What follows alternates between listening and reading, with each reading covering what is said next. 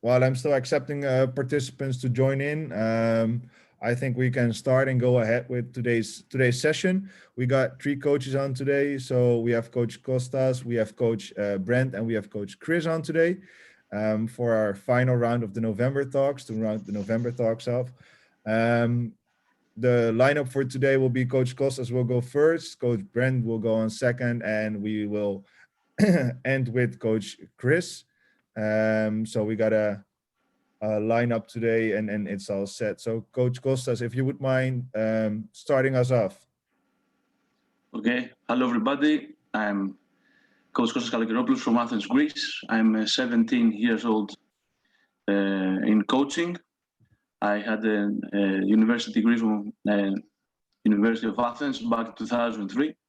And I've been attending many clinics, mainly in Greece. And my expertise the last 8 years is video analysis, because I specialize myself to be an assistant coach in Division 2 and 3 teams in Greece, pro leagues and semi-pro leagues. And with tools like video editing and stats and analysis, you can understand how a team attacks or defends, and you can make really a game plan. That's my idea. So my today's topic is going to be advanced pick and roll offense and defense from this season's games, mainly EuroLeague or Spanish games, because I think we all agree that the Spanish Championship, the last 5 or 6 seasons, is the top pro level championship in Europe. They have really good players and really good import players too. What I mean by advanced pick and roll offense and defense, of course, not direct attack to the big guy. Okay, I'm going to show some clips. I have uploaded some of them on my YouTube channel and my Twitter account, but some of them are not. So first thing, I'm going to show some defense. I'm going to share my screen now with some defensive clips on pick and roll. Yeah, Coach, would you mind at the top Yes. of your screen sharing, if you Yes. press on the top right to optimize the video for sharing? Yeah, that's in the settings, right? Yeah, top right. So top right after the next to sharing, you have I'm a drop down. that. Yeah. Optimize share. Yes. I click on perfect. That. It's okay. Yeah, thank you. So we're okay. Okay. So first clip is Alba Berlin versus FC Barcelona. The action of interest is right here. This is a switch. We see it's below 4 seconds on the shot clock. A switch between a guard and a power forward. This switch is nothing interesting about it as a switch, but my focus is on this guy here, shooting guard. Many guys are told and trained in practice to do what he's gonna do now. Watch this guy here, the guard. After the shot, because he's gonna shoot, there's below 3 seconds. We all, maybe not all, but most of coaches teach our guards after a switch, after a shot is taken, in order to not jeopardize the offensive rebound, to face block. Because if he tries to box out with his back to his player here, he's not bigger, he's smaller in size, so he's gonna be beaten up. So he's gonna do a face block. That's the action I wanted to show. This is advanced pick and roll defense for me, phase 1, because we got the switch, but we're gonna secure the defensive rebound. So the face block is really obligatory for the defense. Second clip, this is analyzed. It's a high flat pick and roll in Spain pick and roll action, actually. You can see here the Spain pick and roll action. This is the best way for me, and many coaches in Greece do that last 2 or 3 seasons, switch the guard from the screener with the guard with the ball handler in order to neutralize the whole pick and roll situation and let the big guy take care of the screener, of his man. So he is with his man. Last man is ready to commit if there's a lob or a pocket pass. And now the pick and roll Spain action has been transformed to 1-versus-1, guard versus guard, with no real advantage for the offense. So they neutralize with a simple switch guard to guard. So it's 1-on-1 and then the free play. From the NBA bubble, we're gonna see a scrum switch, or I would say in Greece, a triple switch. For me, if you have a big power forward, really big guy who can push the opposite center, for me, maybe this is the best solution for pick and rolls in defense. First switch, the guard is switching to the other side to another guard and lets the center taken care by the power forward. So the mismatch is really non-existent in this case because he's a really strong guy. Another time, the pick and roll situation neutralized to 1-1 game. On 1 game, you can see the defense zoning up, and there's a free play, driving kick, playing spacing. Advanced defense, Coach Kalogeropoulos, Maccabi Tel Aviv, does this defense for special players like Mike James, a really good scorer in the EuroLeague level. A high flat pick set here. They switch at the beginning of the offense, and then they triple switch. They set the guard, giving center to the small forward, but even so, they're gonna switch even one time with a power forward who is calling clearly to his teammate to go to the corner. So the inside mismatch is neutralized. But we got the outside mismatch. A point guard, a really quick guy, explosive guy against the center. How we're gonna defend that?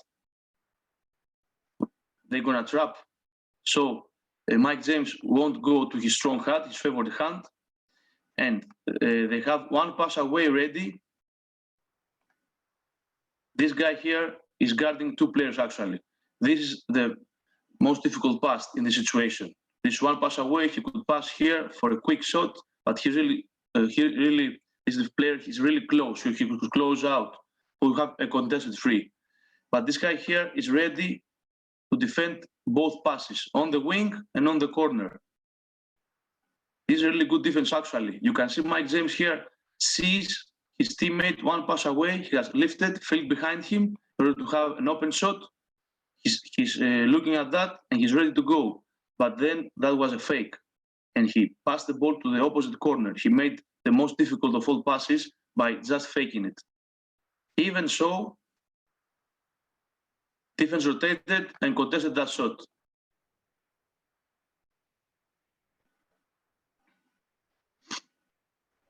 Another defensive effort in a horn set play again against Mike James. Nikolathis is a really good defender, so he can go over the screen. A little show here from Brandon Davis, the center. A pop out, he follows. Look here, he's fronting the post, so the high-low game is neutralized. And then they swing the ball and go to the side pick and roll. Again, Davis, the center of Barcelona, is gonna show. He's neutralizing, he's stopping penetration on his right hand. And he's quick enough to recover. You see Mirotic acting like a center here. He's staying inside the paint because 1, 2, and 3 guys have zoned up in a triangle on the weak side. And now there's a post-game 1-versus-1. Again, 2 pick and roll actions, the horn sentry set, and then the side pick and roll after the swing. It's neutralized to 1-on-1 game.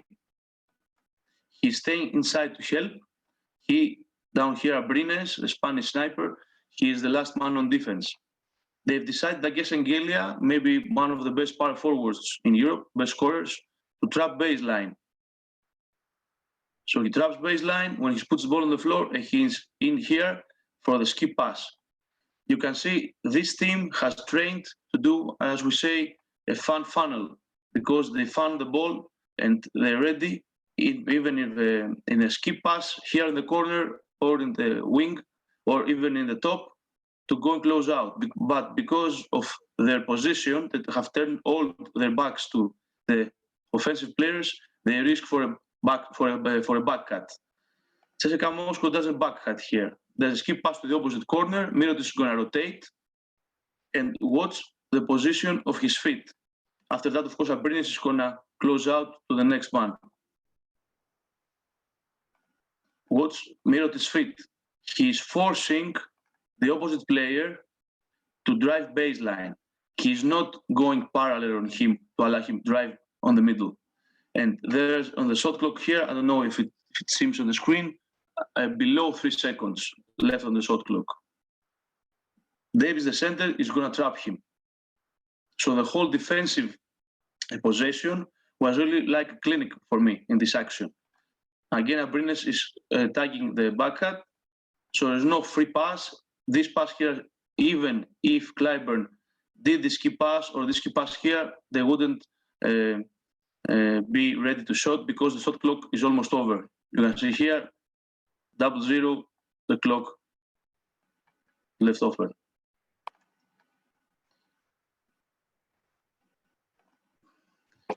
You got any questions about the clips I showed about the advanced pick and roll defense? Of course, there are lots of clips you can find or you can edit yourselves. I think that I have made myself clear about the how do we say, the sequence from a simple switch to the face block to the, for my best solution, my best defensive disruption to the Spain pick and roll action, switch guards, and then 2 clips that I saw that the defensive teams really do a really good effort that, of course, as coaches, you know, we're really glad to see our players execute on the floor while we try in practice behind closed doors. This is really good for these coaches in these particular games. Yeah, so Coach Kostas, I got a question. Okay. I want your vision on the fact that the last play from the Barcelona clip you showed, Okay. Davis sent him baseline. So on the last clip to double him on the last seconds Yes. in the shot clock. So I can also imagine coaches having the vision to send them middle, as the help is most likely close in the middle as well. What do you think about those concepts? Yeah, in Europe, we're going to find about 5% of coaches forcing middle. And that's because if you want to force middle for us in Europe, you have to recruit a really good shot blocker, a really big guy who can block shots. And most teams that do that, they usually play a lot of zone, like 2-1-2, with of course the big guy in the middle, you know, like a discouragement factor. Not only blocking shots, but discouraging opposing guards to drive all the way to the basket and kicking the ball out all the time. So in order to force middle, you have to get in your team a really good shot blocker. It's not easy to do that because if you force an opposing guard middle, he's going to see the whole floor. He's going to see all passes. In baseline, he can see maybe 1 or 2 passes, not more. That's my opinion. No, thank you. Thank you. That's great. Thank you. We can move on with offense now. Okay.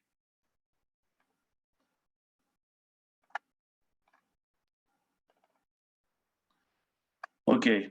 From the Spanish League, Manresa of Coach Pedro Fernandez, they're really good at attacking of a middle pick and roll, mainly on an elbow pick and roll, and moving the tagger, the low man, by making baseline cuts. You can see some clips of them here. You can see the positions on the floor.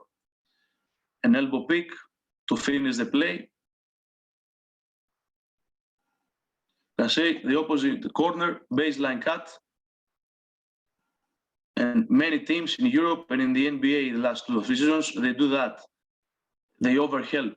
They jump to the ball from 1 pass away. This guy here, shooter, he spaced himself really nice to the opposite wing. So this pass is really easy for the point guard to find an open shot. You can see here with a baseline cut, there's no defender here from the corner to make a stand, to make a help and recover, as we say. So he's open for a 3-point shot. You see here that his defender doesn't even manage to contest him. The shot may be, you know, out of the goal, but it was a really good shot. Now, point guard here dribbled away from the basket to make a better angle for the pick. This is a step-up pick going outside. You can see here again, opposite baseline cut. Now, this is the strong side. This is the weak side. Most coaches in Europe, about 70 to 80%, they like the low man from the two-sided defensive players to tag the roller. This because this man here can rotate if it's necessary. If in an X out, like him going to the corner and him tagging the roller and then Xing out to the wing, like a switch, or even going back to their defenders in a straight line. But here there's no corner player anymore.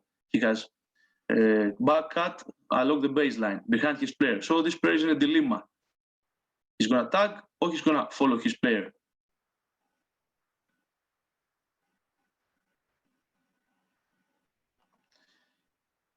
The last time, he decided to tag, but he's in a good momentum. He has gathered the ball and he can attack to the basket.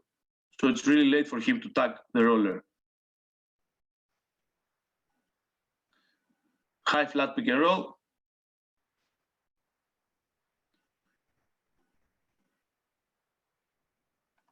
You can see again the opposite corner has already begun to cut.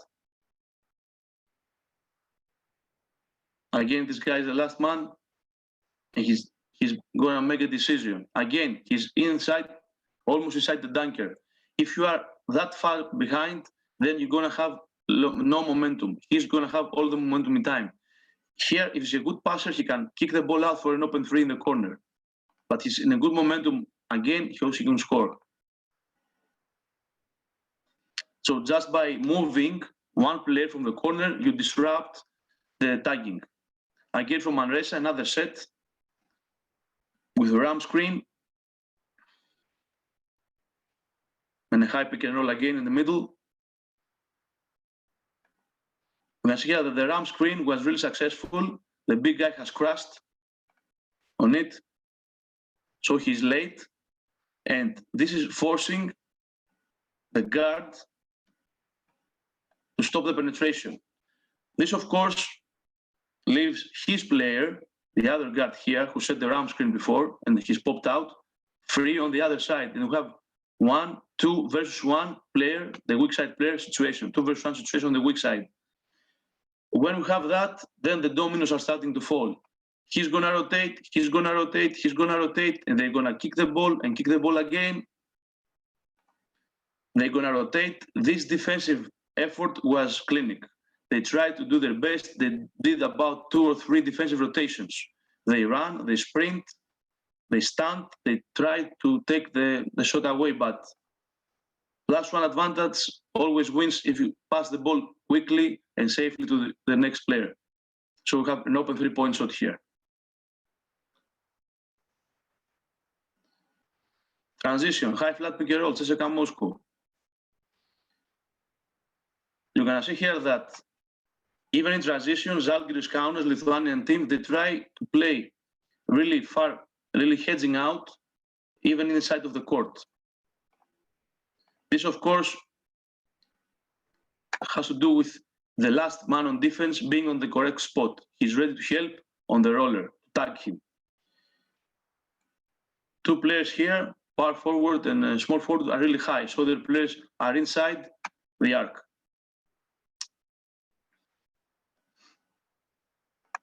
David Hackett, the point guard, he saw that Milutinov cutting to the basket. Here is a player ready to deflect the ball. Here's a player ready to even tag him higher, near the free throw line. So he passed the ball behind, because this defense, if you open up in a heads-out position with 2 guys on the ball momentarily, the 3 other guys you can see they have zoned up in a triangle to protect the basket. Some teams maybe they have this player even in the free throw line. Maybe have their player with 1 foot inside to protect the paint even more. So Hackett, experienced point guard, passed the ball behind to the open player. And then after minute 2 of cut inside, they have formed a triangle. Of course, you know, offense and defense in organized basketball and pro basketball is really based on triangle forming. So you have the high-low. Milutinov is a really good center. He bodied up his defender. He has sealed him inside. And now this leaves the last man here ready to help in a high-low situation. But look at the movement on the weak side. They exchanged positions in order to confuse the defense once more. You can see the seal right here. You can see the exchange, and they're gonna follow their man. Following your man in the perimeter on the wing leaves one-on-one position in one-on-one situation inside the paint, with the opposing center sealing your teammate inside. Here they could call a switch, so he could be inside between the corner player and the player in the post, and with his arms really open, he could deflect or even discourage the high-low pass. But didn't do that. He followed his player outside, so Mladenov was really in a really good position. Transition pick and roll, elbow pick and roll from Maccabi Tel Aviv and Scotty Wilbekin, a really good scorer off the dribble. They try to play ice. Many coaches try to screen this guy here. Many seasons before, when big and heavy centers were a really trend in Europe, they used the butt screen to set their feet parallel to the basket and with their back to the screener, so they could see the floor, and with one dribble, they could be inside after a triangle pass. He's cutting to the open space. You can see here that no defender is inside the paint.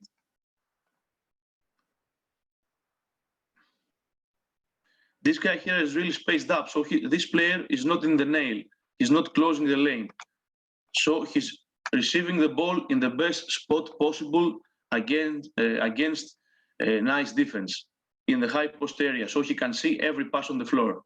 This guy could easily be located in the corner and take an open three, but in this case, because his player has lost him, he's all focused on the ball, protect the paint from an easy layup from the big guy. He's gonna back cut and have an easy layup. And I said from Maccabi,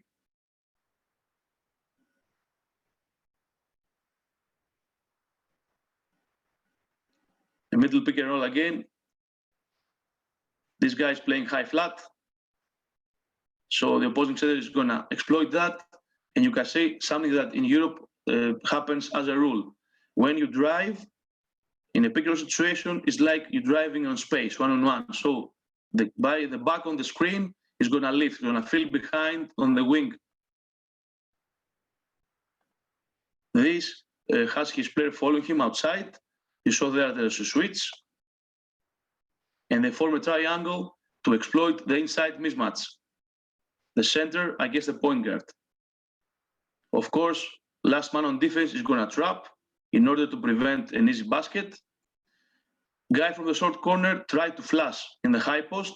He was really guarded by the weak side player, and he continues to move outside of the paint. He's in a good position in order to cover him, but he has turned his back to the other side of the floor. This is bad for defense.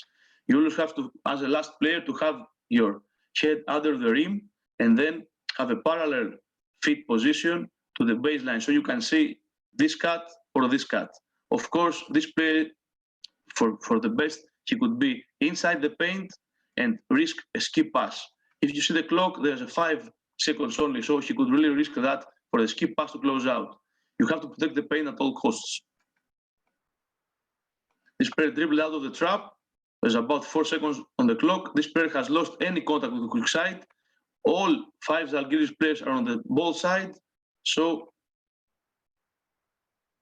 big guy has saw his teammate cutting inside the paint and passing the ball under the rim via a triangle. So flashing to high post was successful, even late. Let's see 2 or 3 clips more. FC Barcelona, stagger action to begin the play and a wing entry. Then a ramp screen for the power forward. His name is Smits. He's a Dutch power forward with really good shooting ability.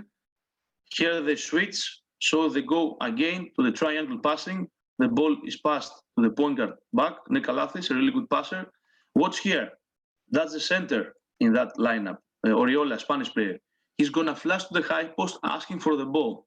This is a really good misdirection cut. to empty the paint from the big opposing center. Really good shot blocker of Andorra. This is misdirection. Kalathis doesn't even see him. He watches here, the high seal. The paint is empty. The big guy, the shot blocker, is chasing his man, flashing in the high post.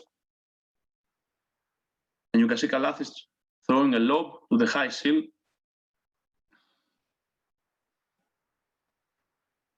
Really cleaning how to exploit the switch.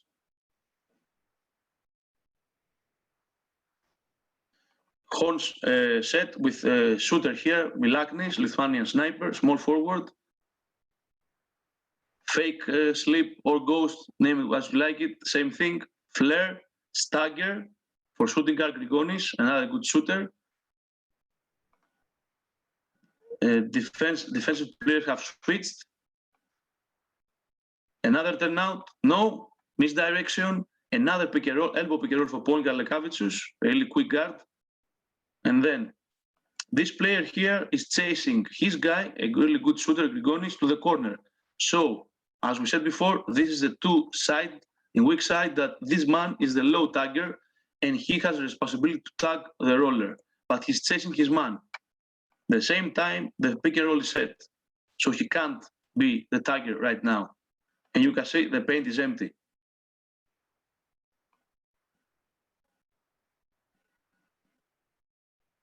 With a pocket pass, they got to the rim. Step up pick and roll.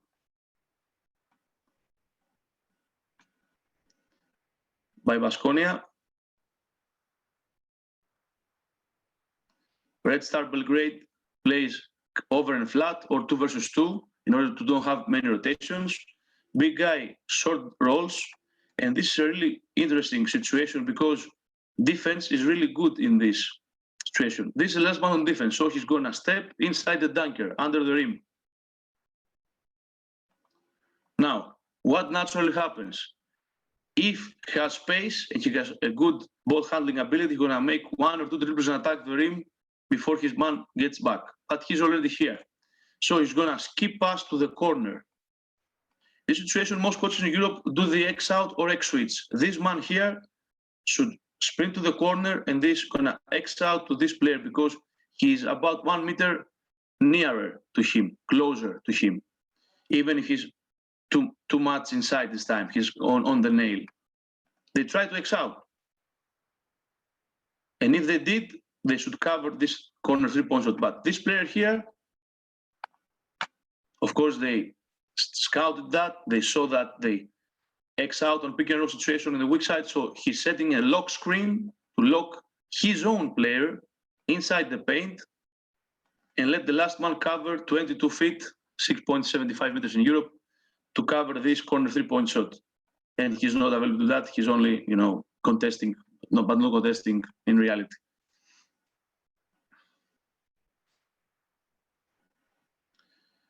And a clip from the 76ers. Again, this is a kind of zone. You can see that LeBron James here, he's following his player and then he calls for switch. But what we are interested to do here is the pick and roll. And then when Rajon Rondo is playing in the high zone position, you're gonna see this guy here, anticipating it, and setting a lock screen, like a flare screen in the man-to-man, but here's a zone, so he locks this player here. This is a miscommunication. He calls for his teammate to chase the cutter from the baseline cut to the overload, but in this case, James doesn't guard anyone, so he's between 2 players. Of course, in this case, you're gonna make something else. You're gonna match up. You're gonna have to lose your defensive position as a zone or 2-1-2 zone in particular. And this guy here, Dudley, should close out to Tobias Harris, and LeBron chase the cutter here. He's a shooter also, the Turkish Korkmaz, so he's not gonna be left alone. No, he hesitates and he left Harris alone. Again, a lock screen here.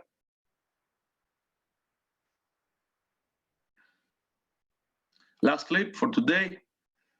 Barcelona against Zenit, EuroLeague, high pick and roll with Mirotic, power forward. They switched. The triple switch, he's giving Mirotic to the center, and the center goes to flash to the high posterior, to the elbow for a triangle. But no, they saw that they triple switch, so the point guard is guarding the center, so they reading that the mismatch situation has, switched to another player, so they triangle the ball to the wing. He's gonna high seal his player. This player here should be inside the paint because this skip pass is really, really far away, but he's not. He's taking the ball, so they started to trap them, to trap the big guy here. The center is going to trap. So you have, again, a 2 versus 1 situation. Just by reading the switch and the triple switch, and they switched their plan in offense. Their decision was made really in a snap, and they changed the target from Mirotic to the other big guy, Oriola. And then he saw that this player correctly tags the cutter, so he made a really nice skip pass to the corner for an open 3-point shot.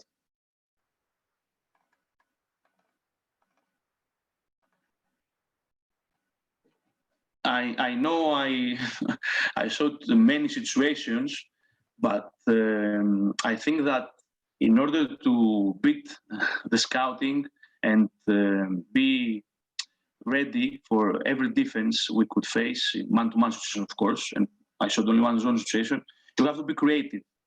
And you have to anticipate, when we're talking about advanced pick and roll, you have to anticipate a switch, a triple switch, a nice pick and roll with many coaches. The trend in Europe the last 2 seasons is to set a side pick and roll, which in Greece, ice in most all other parts of the world, to have their big guy like semi-trap.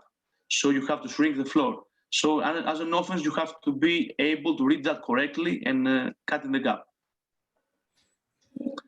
That's some great stuff, Kostas. I got 2 questions for you though. Yes. I love this high quality stuff in concepts you just showed us. Lots of different varieties as well. So if you could pick one on defense and one on offense that you would like to teach first, if you had a blank team that didn't know anything. That's a big question, but the answer is really simple. If you have a Division 1 team, pro team, so they have some experienced players that have played almost every defense and every offense. First of all, you teach your principles and your rules, but most things I showed in offense and on defense, the last 2 clips from Barcelona and Maccabi is about disrupting or attacking special players and special defending schemes. That's why I called it advanced pick and roll offense and defense. I didn't show something, like under, repick, and shot. Okay, we have seen that a million times. As a special defense, my favorite is the one that Maccabi played against James, because they triple switch and then they called another switch. They switch 4 times, like 3 seconds. This is, you have to be trained to do in practice. And they trapped James, and even if he found a way to find the right player, they contested even the last shot. So this is a good effort. And from the offense, I think that the trend now, the last 2 seasons in Europe, but in the NBA too, is to confuse the defense by moving the tagger. You see by scouting, they tag from the weak side, they tag from the low tagger. Some teams tag from the high side of the 2 players, especially if the guy in the back, probably a power forward or a small forward, they don't have the shooting ability to let's say in brackets kill you. So they're gonna risk from that to have a high tag and a high posterior and then bump the center, slow him down, and then go out to the power forward. And if he's not a really good shooter, you're gonna hesitate and gonna swing the ball, and then you play an next situation. So as an offense, I should really try to apply in my team how to move the tagger, again, depending on how the other team defends. No, that's a great answer. So if you could if you could share us a couple of teams, like maximum 3 teams, you would say for this advanced stuff you would like to watch. If you could advise us on 3 teams to watch for some advanced. Which teams to study and watch?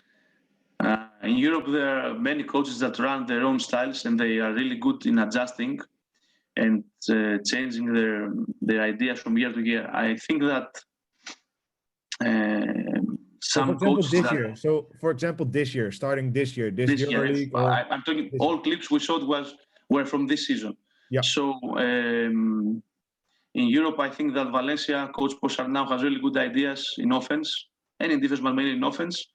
Of course, Jasikevičius in Barcelona is a really famous coach, former player, now coach, that he's really targeted in his games.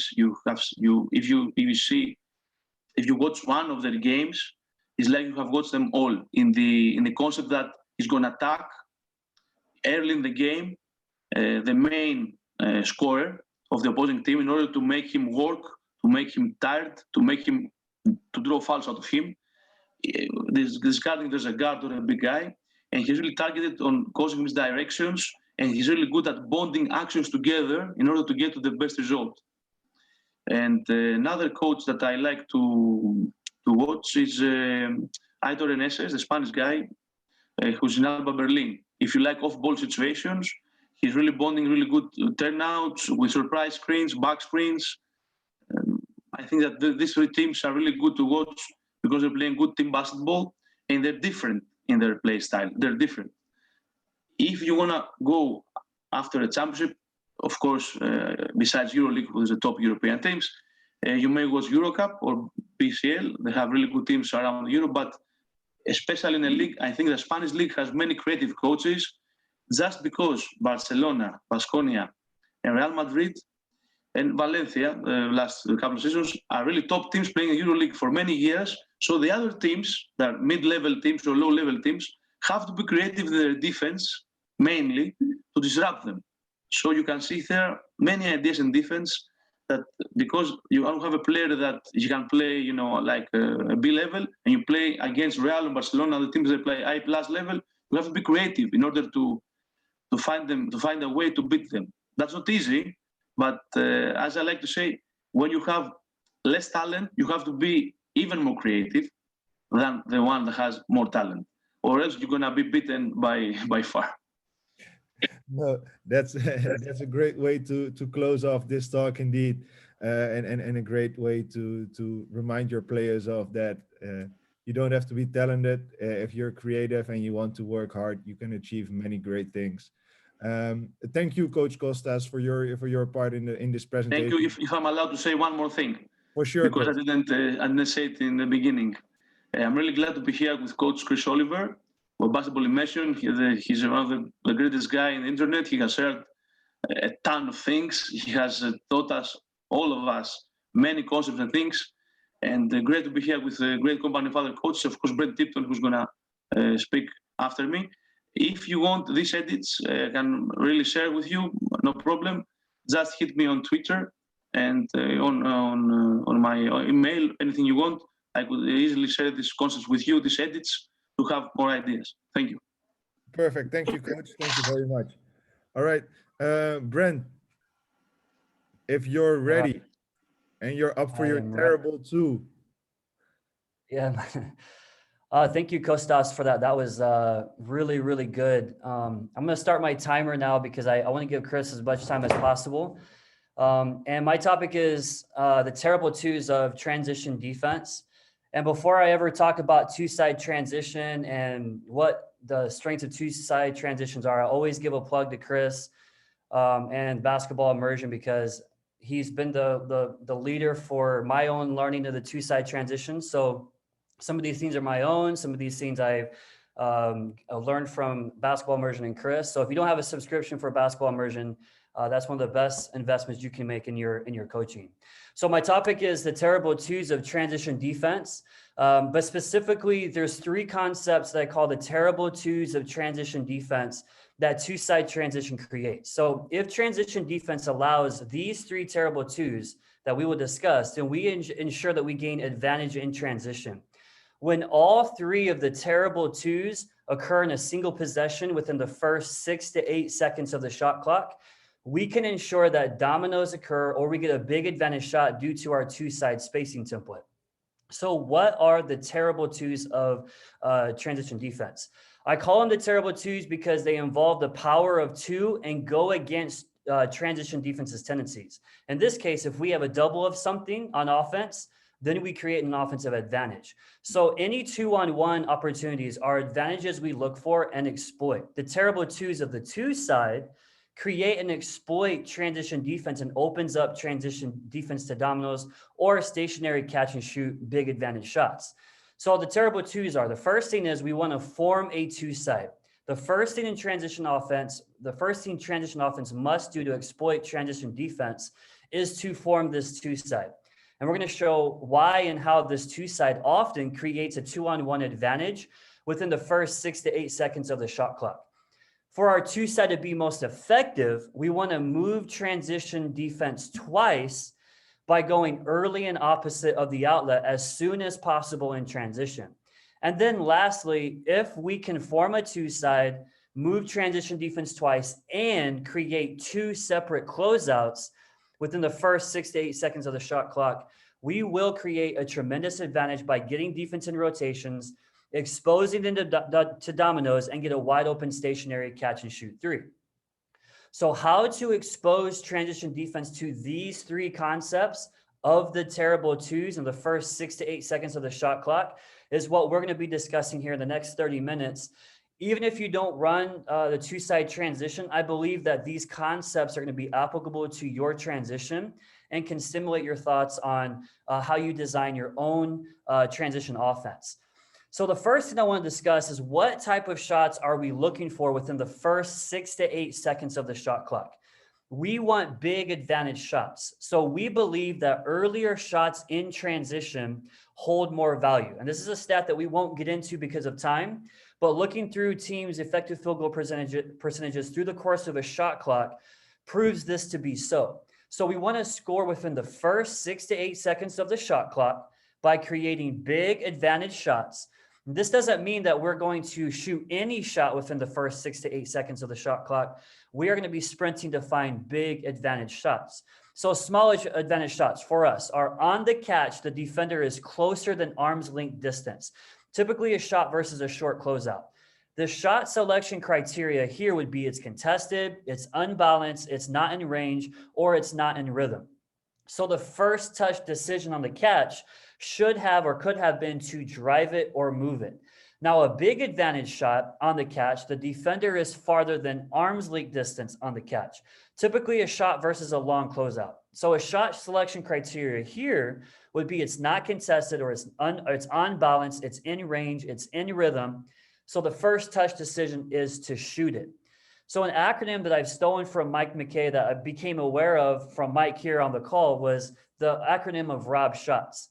And so we use this acronym of Rob Shots to ask players if their shot selection in transition is a big advantage or a small advantage shot. So Rob Shots are in range, they're open because they're uncontested and on balance, and in the rhythm of our offensive pace. If their catch leads to a Rob Shot, we want their first touch decision to be a shot decision. We want our Rob Shots or our big advantage shots to be key, three, or free. So we want to punch the paint and play paint to great with rim or paint finishes. Secondly, we want to generate stationary catch and shoot threes, or we want to get fouled in the process by getting to the free throw line. So the first terrible two is form a two side. So having two-side spacing stretches the rotations of transition defense where the farthest defender from the ball usually gets caught guarding two offensive players on the two side. This is because of transition defense's tendencies, which we're going to discuss in the next point. Lastly, the two-side impacts playing with pace because the two-side is a modern spacing template that maximizes floor space by flattening the defense with its corner spacing. So in order for us to form a two-side, here are our transition rules. The first one is we want all players to find the nearest sideline within their first 3 steps. So at the point of the defensive rebound, all players are going to find the nearest sideline by focusing on their first 3 steps being long and explosive. The first players down after finding the nearest sideline are going to sprint to fill the corners first.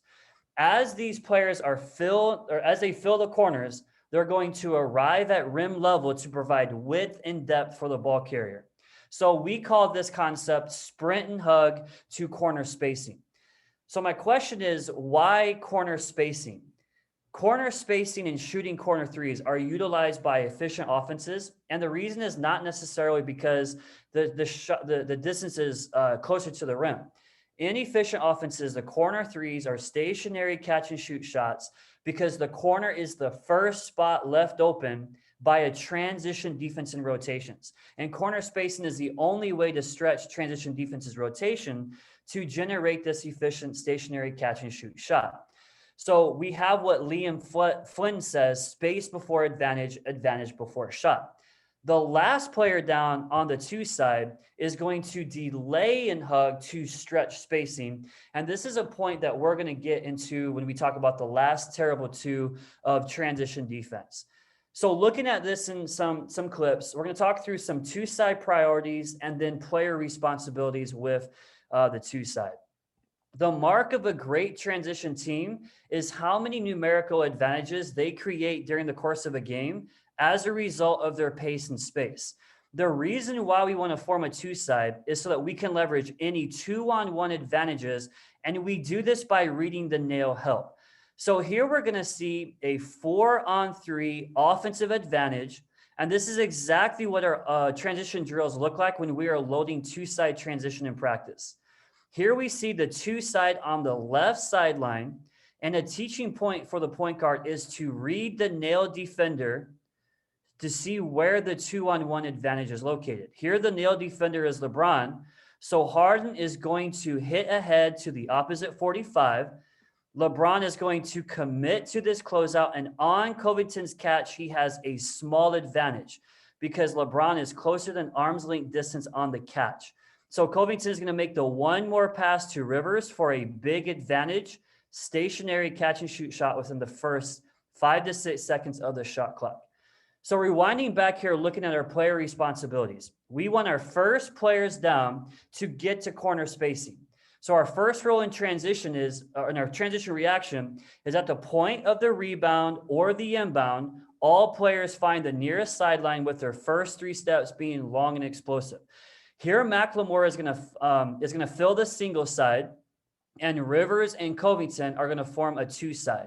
The first players down sprint to corner spacing, rim level, and we call this a sprint and hug. Sprinting leads to this big advantage, whereas jogging or running is going to lead to a small advantage.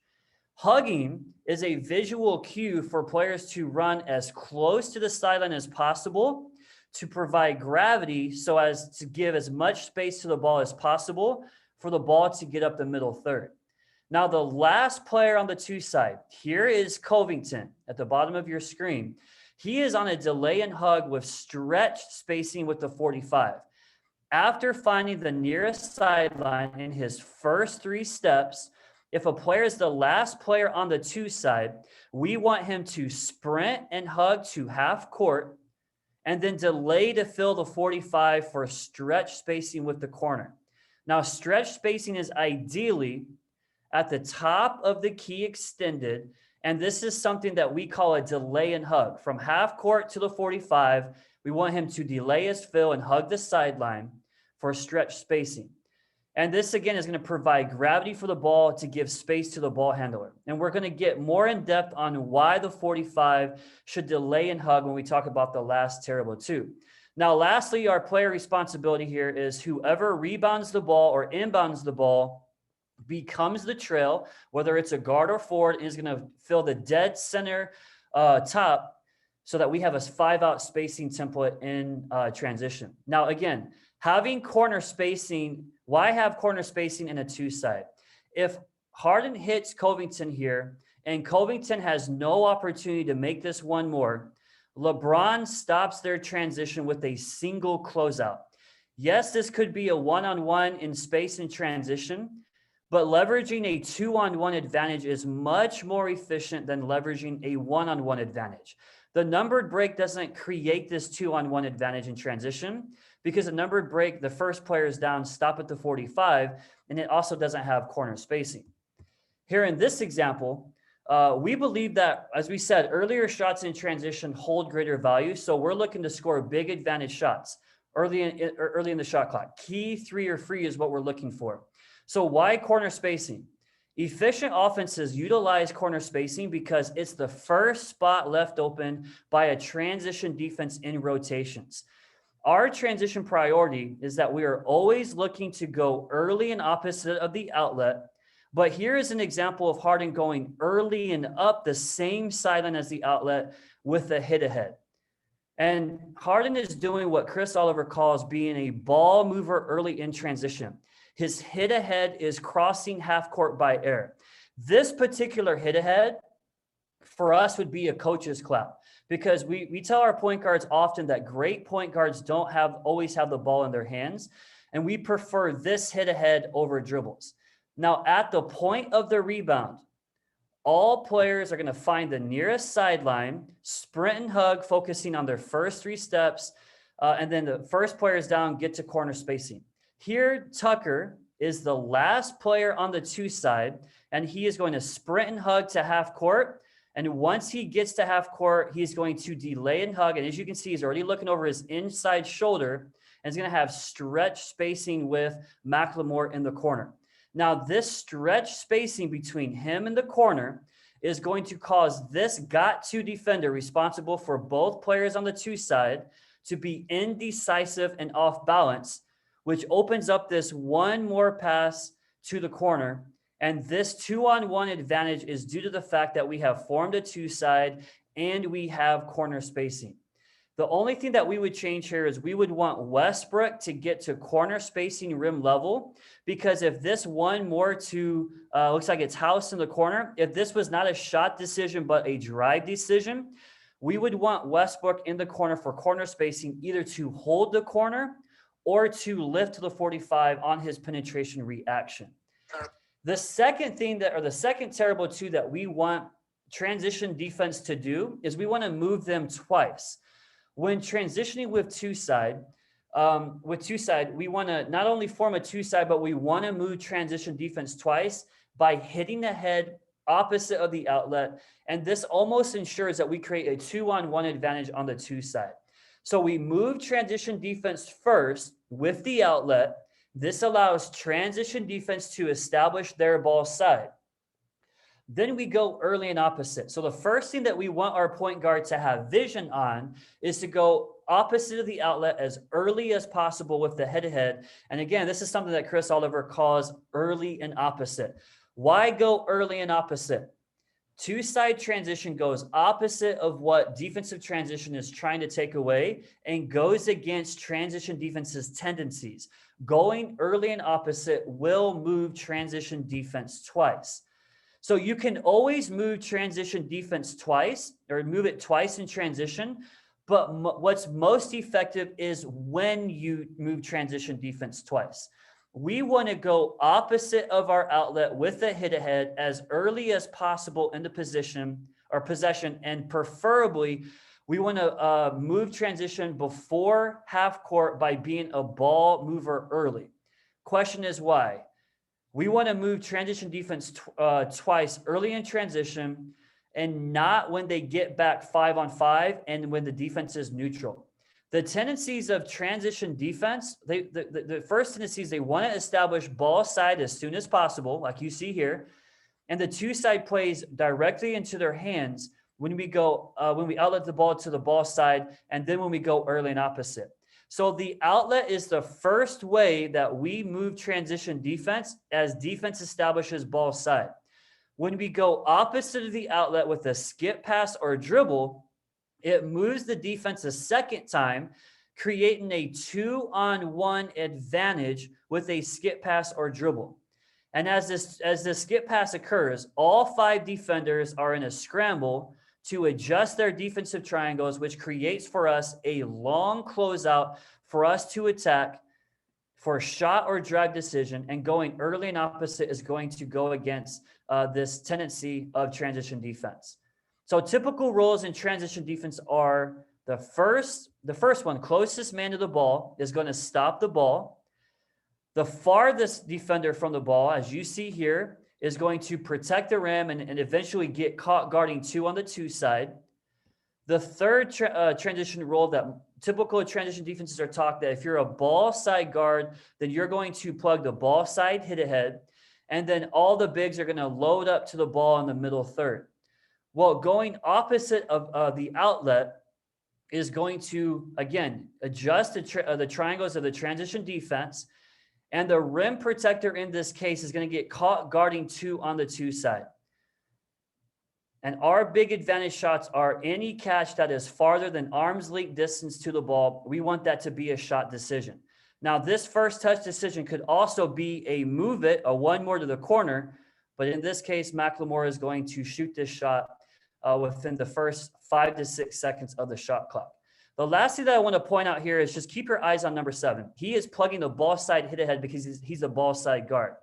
When we go opposite of the outlet, watch him have to cover the entire length of the floor to rotate to the corner just in case McLemore makes this one more to the corner.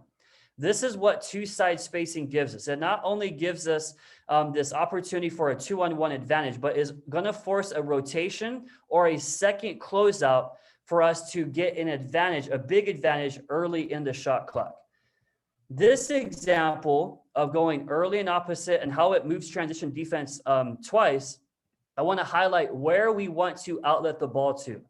Here, Harden at the point of the rebound is on the sideline, but once Capella rebounds this ball, he is going to loop to the nail for the outlet. All right, so we don't want to receive that outlet on the sideline with our butt to the sideline. We want to loop to the nail, and our outlet area is always around the nail. Now, on his catch, he is immediately jammed, so he hits ahead early and up the same sideline as the outlet to Westbrook. And even if we hit ahead early and up the same sideline, we want to go opposite of the hit ahead as quickly as possible, either by dribble or pass, to move transition defense twice. Now, notice that the defense has on the hit ahead early and up to Westbrook has established ball side defense with the big here loading up the middle third, and the farthest from the ball here, typically a rim protector, and in this case, JJ Redick, must become the rim protector to take Capella. As the defense has established ball side, we notice that there are 4 defenders on ball side of the split line, with 1 defender here caught guarding 2 on the 2 side.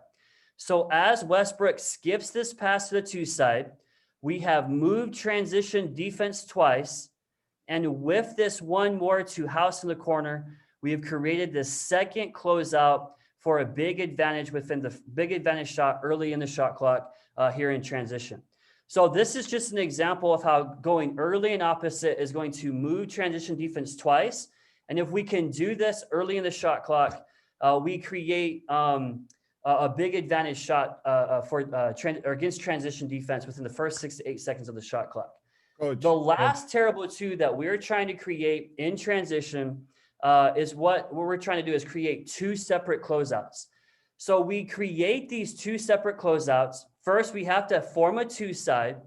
The second thing is we have to move transition defense twice. And then we create 2 separate closeouts, either through a one more pass from 45 to a corner, or through playing paint to great with a punch and spray. So punch and spray is our terminology for a driving kick. And then the last way that we create 2 separate closeouts is through stretch spacing. So here's an example of creating 2 separate closeouts with the punch and spray. So here we're going to see Gordon receive the outlet around the nail area. And our outlet area is between the nail and the top of the key and inside the 3-point line from the free throw line extended to the opposite free throw line extended. This is our outlet area. Now, if there is no hit ahead option, we want our point guard to dribble push until defense stops him. And this outlet to Gordon and the dribble push establishes ball side transition defense and moves transition defense the first time. Here we're going to see Gordon have no early and up option because of the empty corner, but he does have a 2 side on the left side. So from here, he's going to play paint to great, and we want to get as deep of a paint touch as the defense will allow. After his punch to the paint, he is going to hit the 45 with the spray. And again, punch and spray is our terminology for a driving kick. We want to aggressively punch the paint, and the spray becomes a visual cue like we're using a spray can to graffiti a wall, and we want the spray to stay within the dimensions of the two-side spacing with throwing strikes for passes.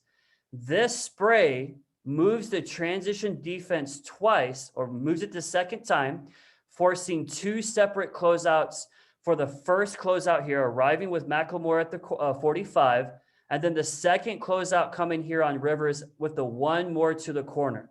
And again, this forces two separate closeouts within the first 6 to 8 seconds of the shot clock. So just reviewing this concept here, Gordon's dribble push has allowed transition defense to establish ball side. On his punch, he has shrunk the defense. On his spray to the two side, he has moved transition defense the second time. And because we have two side and corner spacing, this one more from the 45 to the corner has just created two separate closeouts, leveraging a big advantage shot with the first 6 to 8 seconds of the shot clock. And again, in this possession, we have all three of transition defense's terrible twos. Here in this example, we're going to see how the one more is going to create two separate closeouts as we form a two-side, move transition defense twice, and then force two separate closeouts. So here we're going to see an example of an early and up hit ahead up the same sideline as the outlet. And because Westbrook here has no hit ahead option, he is going to dribble push until the defense stops him. He's going to punch and spray by playing paint to gray. A great point here again is to dribble push until the defense stops you, and to spray where the help came from. Number 30 here is the help defender and is responsible for Tucker here in the corner. Passing where the help came from is going to organically force a defensive rotation as the got-to defender, this player, number 9, is forced to close the first pass out. And this dribble push, again, establishes ball side defense, and the spray to the corner and to the two-side corner moves transition defense twice. With the one more up from Tucker to House, we have just created two separate closeouts. The first one, again, being with number 9 here to the corner. And with the one more up to Tucker, number 67 becomes the second closeout that we create here in transition. Now, again, we talk about small advantage and what our first touch decision should be on small advantage. Here, House has a small advantage on the catch. His defender is closer than arm's length distance. So we want his first touch decision to be either to punch it or move it. So here, his first touch decision is to move or to punch it. And he gets all the way to the paint and to the rim for a rim finish. Now, going into our stretch spacing rules. So specifically on the two side, if you're the last player coming up on the two side, we have specific rules for this player filling the 45. In order to leverage a 2-on-1 advantages on the two side, we want to stretch the space the got-to defender has to guard between the 45 and the first player down who has already established corner spacing. Our stretch spacing rules by the last player who delays and hugs on the two side are, first one is one defender can't guard two, which is one of Ross McMain's dominoes rules. And the second one is one defender can't help and close me out. And this is one of Gordon Herbert's spacing rules. And then the last one is we want to create two separate closeouts. So in any numerical advantage situation, we want all players to be sprinting, but this is a great example of playing with pace when defense is back and neutral. Here, Houston doesn't use a trigger to create a small advantage. But again, they just use their stretch spacing between the 45 and corner to create a small advantage. And again, we have spacing before advantage, advantage before shot. Now, looking back here at the 45, we want Westbrook to sprint and hug to half court. But once he gets to half court, we want him to delay the fill of the 45. Here we see him kind of disinterested, almost parallel with Harden. But as Harden whips this ball to Westbrook, we see that he is playing top of the key extended, and notice the stretch spacing between him and the corner. Our 3 rules on stretch spacing are: 1 defender cannot guard 2, and 1 defender cannot help on my drive and close the spray or the kick out. So here, they need to keep crashing the. as Westbrook punches it, he ensures that this defender cannot help on his drive and contest and stop the shot from the corner. So because of our spacing, we have advantage, and this stretch spacing creates that big advantage shot for the player here in the corner. So the biggest teaching point here is we want our 45s to put pressure on the rim with your catch. And here Westbrook is putting pressure on the rim with his punch. He engages this got-to defender with the 2-on-1 advantage on the 2 side. It opens up this big advantage shot for McLemore in the corner. Now in this example, it's just a teaching point of putting pressure on the rim with your catch. And this is a great example of the first players down sprinting to corner spacing on a sprint and hug, but the second player on the 2 side, Rivers here, is delaying hug as he delays to fill the 45. As you can see, once Rivers gets to half court, he is already calling for the ball because he knows he has stretch spacing with McLemore in the corner with a 2-on-1 advantage here with this got-to defender. This stretch spacing between Rivers and the corner is ensuring that 1 defender cannot guard 2, and that Lowry here cannot close out the pass to Rivers and then contest the pass to McLemore here in the corner. So these are our stretch spacing rules. As Harden goes early and opposite, Lowry cannot guard both of them, and he can also not guard Rivers and the 1 more pass to McLemore. In this case, we would need a second closeout to contest this shot. The teaching point here again is for the 45 to put pressure on the rim with his catch. You got to be a threat to score. And here Rivers looks like he's going to catch and shoot. It forces Lowry to commit to the closeout, and that opens up the 1 more here to McLemore in the corner for a big advantage shot within the first 6 to 8 seconds of the shot clock. Now, the last point here, and I got 2 minutes left, we want to punish transition defense with these terrible 2s. So in order to find a big advantage shot and force defensive transition into dominoes, we need all 3 of these terrible 2s represented in transition in the first 6 to 8 seconds of a shot clock to have a big advantage. If we only create the first 2 terrible 2s, which is form a 2 side and move transition defense twice, it probably means that transition defense was solid and is neutral 5-on-5, and now we are forced to find a trigger. Getting defense into 2 separate closeouts is going to ensure that we have found a big advantage or an opportunity to attack the second closeout with a punch and spray by playing paint to great, which means defense is in dominoes. The last terrible 2 becomes the tipping point for transition defense for us to gain this advantage in transition. So we have 2 clips here that we're going to show. The first one here is just the concept of playing paint to great. Playing paint to great means that if we have not created a big advantage catch and shoot shot on a hit ahead, we want to get at least 1 paint touch within the first 6 to 8 seconds of the shot clock. And remember, we want key 3 or free within the first 6 to 8 seconds of transition. We call this playing paint to great. It's a term I stole from someone. I just can't remember where I've gotten that from. We are playing paint to great. When we play paint to great, we ensure that we aggressively test defensive rotations and communications early in the possession. Any incorrect rotation and lack of communication exposes transition defense to dominoes, and dominoes is needed to create and leverage this big advantage shot. The biggest teaching point here, and as you can see, is the ball never stops. When the ball stops, advantage stops. And the term that we use is we want to keep the ball hot, which is a visual cue to keep the ball moving like a hot potato to find a big advantage shot. And in order to keep the ball hot, like we see here, we need to have great first touch decisions to shoot it, punch it, and move it. So just looking at our terrible 2s of transition defense, Here, Divenzio is going to go early and opposite as Singleton is going to cut the 45. We have a 2-on-1 advantage here. So Singleton whips it to the corner. And here comes our first closeout in transition. Our first touch decision on this small advantage is to punch it. We see chest of help, so we're going to spray it. And again, we're always going to attack bad closeouts, and now we're playing paint to great. Again, we see help from, or we see the chest of the help defender.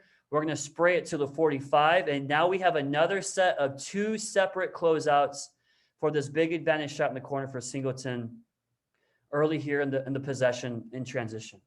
The last video that we're going to show here is just a clip from Army, and we're going to see an early and up hit ahead.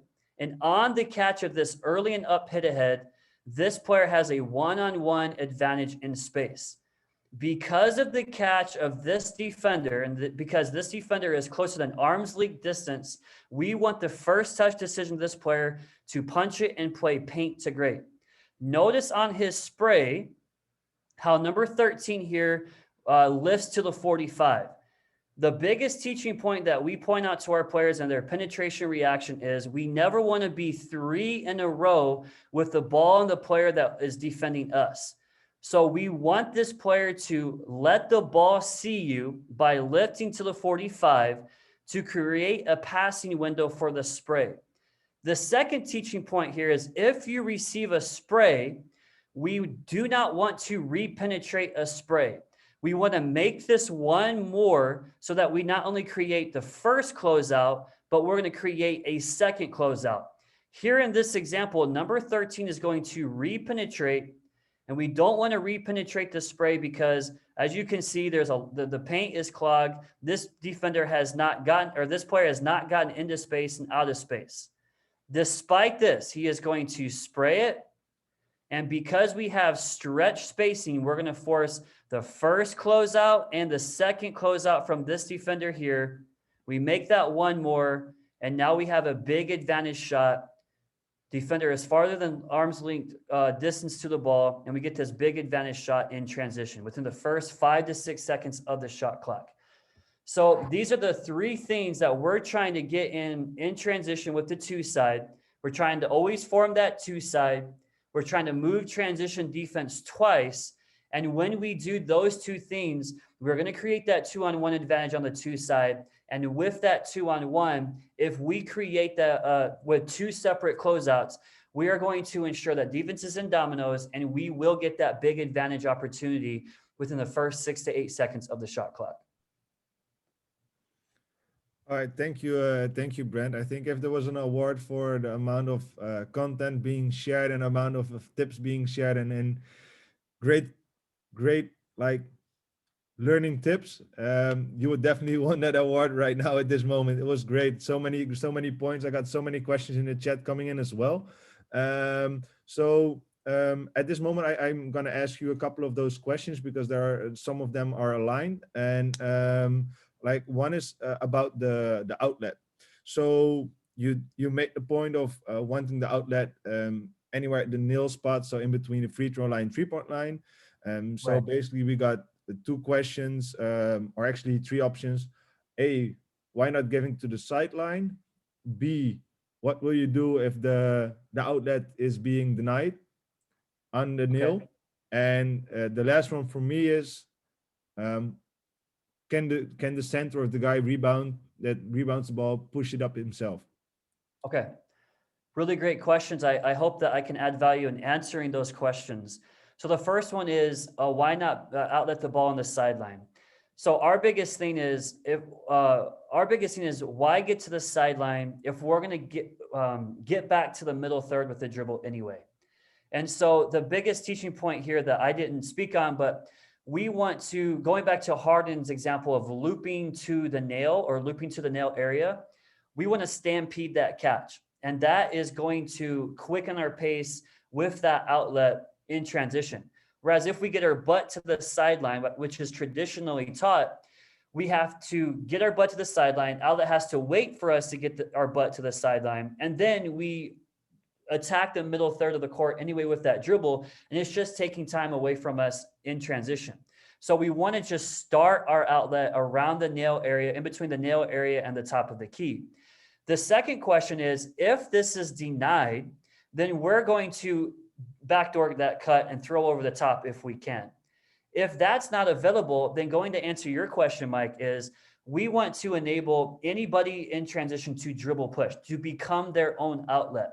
So typically, if this defender has landed with his shoulders already to half court, then we will enable this rebounder to become his own outlet. If he has landed and his back is to half court, then we want this rebounder to pivot and then find an outlet. So yes, we want to get to the nail on the outlet because we want to shorten that pass. We want to stampede that catch because we want the ball in the middle third. If we can't get the ball to the outlet, then we're going to throw over the top on a back door. If we can't do that, then we become our own outlet with the dribble push. All right, great. So if you move on in this clip, because just going forward to the delay of the 45, because we had a question in why should you delay the 45 and call it as such and not just sprint to the 45 spot as soon as possible? That's a great question because we want to stretch the got to defender. So this defender right here is this got to defender. He is responsible because this player here is responsible for Rivers, and he is helping on this rotation. Obviously, this is a bad example of defensive transition, but isn't this the point of offense? Like we want to exploit this. So the reason why we want as much space between this defender, and it goes back to Gordon Herbert's rule of we don't want one defender to help and close me out. If McLemore is here at the 45, where this official is at, if he is where this official is at, this defender can close out this spray to McLemore, and on this one more, can get a hand up and contest this shot by Rivers. So we're trying to eliminate that in transition. We don't want one defender to guard two. We don't want one defender to help on a drive or close out a pass and then contest that next pass. So this stretch spacing is going to ensure that we either get a big advantage shot with no closeout or we get a big advantage shot with a second closeout. And this is what we see in this clip here. And if the catch is here at the 45, which is traditionally taught, then we're not going to force the second closeout because here this defender, Jones, can contest this spray to the 45 and get a hand up and contest Rivers' shot. That's great. And the last question we had from Coach Simon is how do we teach what's arm length distance and what's not? That's a great question. So that's subjective in some regards. I just listened to the shot quality podcast on basketball immersion. And so this is a topic I'm still struggling with on trying to define for players what is a Rob shot. So what is a small advantage, big advantage? When we work on our 2-on-1 shooting, we're trying to put those constraints into helping defenders read that closeout, whether that's a arm's length distance, close enough to touch, or a farther than arm's length distance. And then that just comes to the skill level of the player. Some players are able to shoot that small advantage shot because of their skill of able to get their feet set quickly and then catch and shoot that shot quickly. Whereas maybe a youth player, they're going to need that for sure, that farther than arm's length distance on the closeout to get that shot off. But the biggest teaching point there, if that player feels that defender is closer than arm's length distance, then he needs to adjust his first touch decision to either punch it or move it on a one more. No, that's a great answer, Coach. That's perfect. I think we can go ahead and finish this one up with Coach Chris Oliver. Thank you very much. And just before I do, just to add to what Brent said about arm length, generally when that terminology came about, and I don't know originally where I started sharing that or adapted it, but it related in reverse engineering from a defensive perspective. So being arm length away on defense or being half a arm length away, if you were advantage, disadvantage. So it reverse engineered from there. So basically, if you had more than arm length advantage from a player, then you had space. And it was also about creating mindset. So however you want to define it, it was mainly about creating mindset of shoot first rather than triple threat. So the mindset is you're going to shoot it. And the decision not to shoot it is not defined by the coach. It's defined by your decision relative to the defender in the space. So that was the mindset of that in terms of that concept, arm length or more than arm length away. Anyways, let's get into a theoretical examination of player development through one-on-one. First off, honored and humbled always to present, with Kostas and Brent as well. Tremendous to be able to follow them and the work they've done and the work that they've shared. And truly, again, every moment I get a chance to be able to share and talk to people, it's just really humbling. So thanks, Mike, for inviting me and so many familiar names on here as well, which is tremendous. So here's my challenge as a coach. I present a lot, and my challenge is sometimes to get outside of my comfort zone to be able to challenge myself and to come up with some things that are maybe a little bit different to stimulate your thinking. It'd be easy for me to come in and present on BDT shooting, and I could do that for sure. And I love it. And I love presenting on it, but I also love the challenge of coming up with some things that maybe stimulate your thinking. This concept arises from basically throughout the pandemic, seeing so many trainers present what they feel is skill development or player development. And that's what Mike challenged me to talk about a little bit, is these two differences. Well, I love it. And yeah, we could get into semantics and suggest that there's differences in those two things. I prefer talking about skill as biomechanical and the decision-making component. So I think too often what we see online is trainers, coaches representing skill as only biomechanical.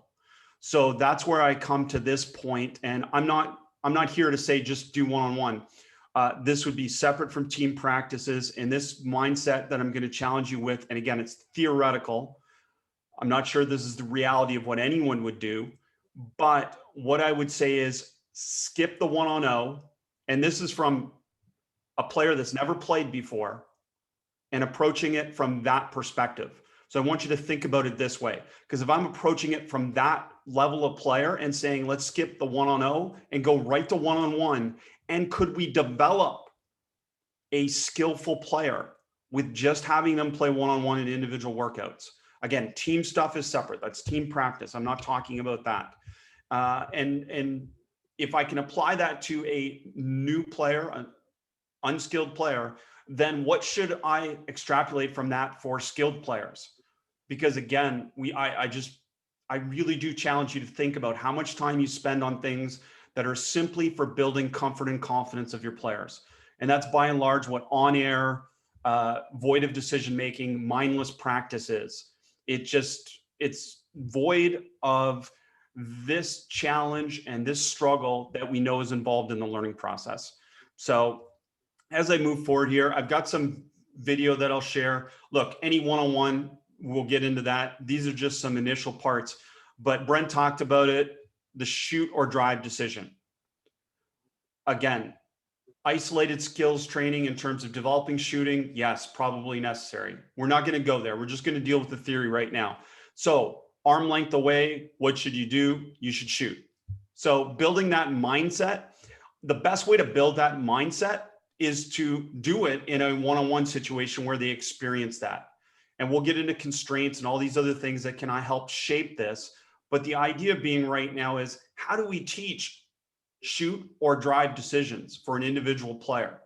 And we could all suggest, I would say, that we want all of our players to be able to play in one-on-one situations. You know, there's clearly going to be always defined better players and worse players, but wouldn't it be great to have all 5 players that could shoot or drive? And that's obviously where the game's going. So how do we best teach that? We teach that in one-on-one situations. Arm length, shoot. And we want that to be confident. Less than arm length in theory, or as Brent referred, a bad closeout, then we want to attack. We want to create an advantage. We want to get to the smile, the circle, whatever you call it, and we want to score at the rim. That's still got to be a huge priority for any team, is to be able to teach players how to get to the rim. Other part of this is thinking about one-on-one. Essentially, this applies to any drill. we really do complicate basketball sometimes with all the different drills and all the different ideas that float around. And I think if anything, the more that I've shared, the more I've got simpler. And by that, I mean literally the same drill, just with a different start, a different dynamic start.